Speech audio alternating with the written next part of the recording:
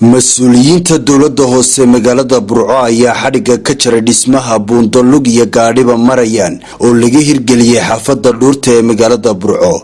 goobta laga hirgeliyay bridge-kan ayaa baahi weyn u qabay waxaana dhib kala kulmi jiray dadka xaafadaasi. muuqaalkani waa ka hor intii aan la dhisin bridge-kan oo ay ku cadiban yihiin marista dadka waaweyn iyo bulshada xaafadaasi, balse hadda waxaa laga hirgeliyay bridge-kan oo lacagta ku baxday ay bixiyeen ilma xaaji cabdi duucaale oo reer Burca kuwaasi oo ajar iyo xasanaad khayriya ku darsaday dadkooda u baahan. muuse xaaji cabdi ducaale iyo injineer cabdiqani ismaaciil xaaji cismaan oo dhisay buundadani ayaa sheegay in dhismahani yahay mid adag waxaanay kula dardaarmeen dadku inay ilaashadaan. dibatana walillahi alxamd ilaahay wuu inoo fududeeyay waa taasoo maanta way noo dhan tahay. maanta candhamaydlaha iyo wixii ka yaryar iyo wixii ka waaweynaba wadadan way xamilaysaa. waa wada la adkeeyay, waa bridge la isku halayn karo. marka qolada reer Burco ee magaaladan jaarka la bridge-kan waxaan ka codsanaynaa way noo dhisan yahay, ilaahay baa inoo fududeeyay inaan ilaashano bridge-kan buundadan u dhisayno. meelaha gooda bay heedo aad baan u qodnay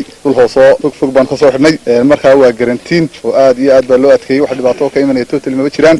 duqa degmada Burco Maxamed Yuusuf Cabdiraxmaan Muraad iyo xogayaha dowladda hoose ee magaalada Burco Cismaan Maxamed Sheekh Cismaan Nuur ayaa sheegay inay uga mahad celinayaan ilma xaaji cabdi ducaale dhismaha bridge-kan. bridge-kii aan u bixinay imika xaaji cabdi ducaale bridge-kaas dhaqaalaha ku baxay dhammaantood waxaan degmadooda iyo dadkoodaba u huray reer xaaji cabdi ducaale. annagu waxaan lahayn doorashada in halkan bridge-kan halkan laga fuliyo. halkan wax wanaagsan baa ka dhacay. maalintii halkan aan dhagax dhigaynay qofkii joogay baa joogay ama ciddii ogiba ogtahay baridaa lagaga degaya halkaa gurguurashaa lagaga degay oo lagu soo fuulayay. maantana gaariga candhameedka isagoo raran ayuu ka tallaabay. waxaan ugu ku boorinaynaa dadka maalqabeennada ah inay waxyaabaha caynkan oo kale ah ee fii sabiilillaahiga ah ay ka qayb qaataan. bridge-kan runtii baahi weyn baa loo qabay. marka hore reer Burco dhan baa u qabay. maalintii halkan aanu nimi aniga iyo maayarka iyo xildhibaanka iyo reer xaaji cabdi ducaalaba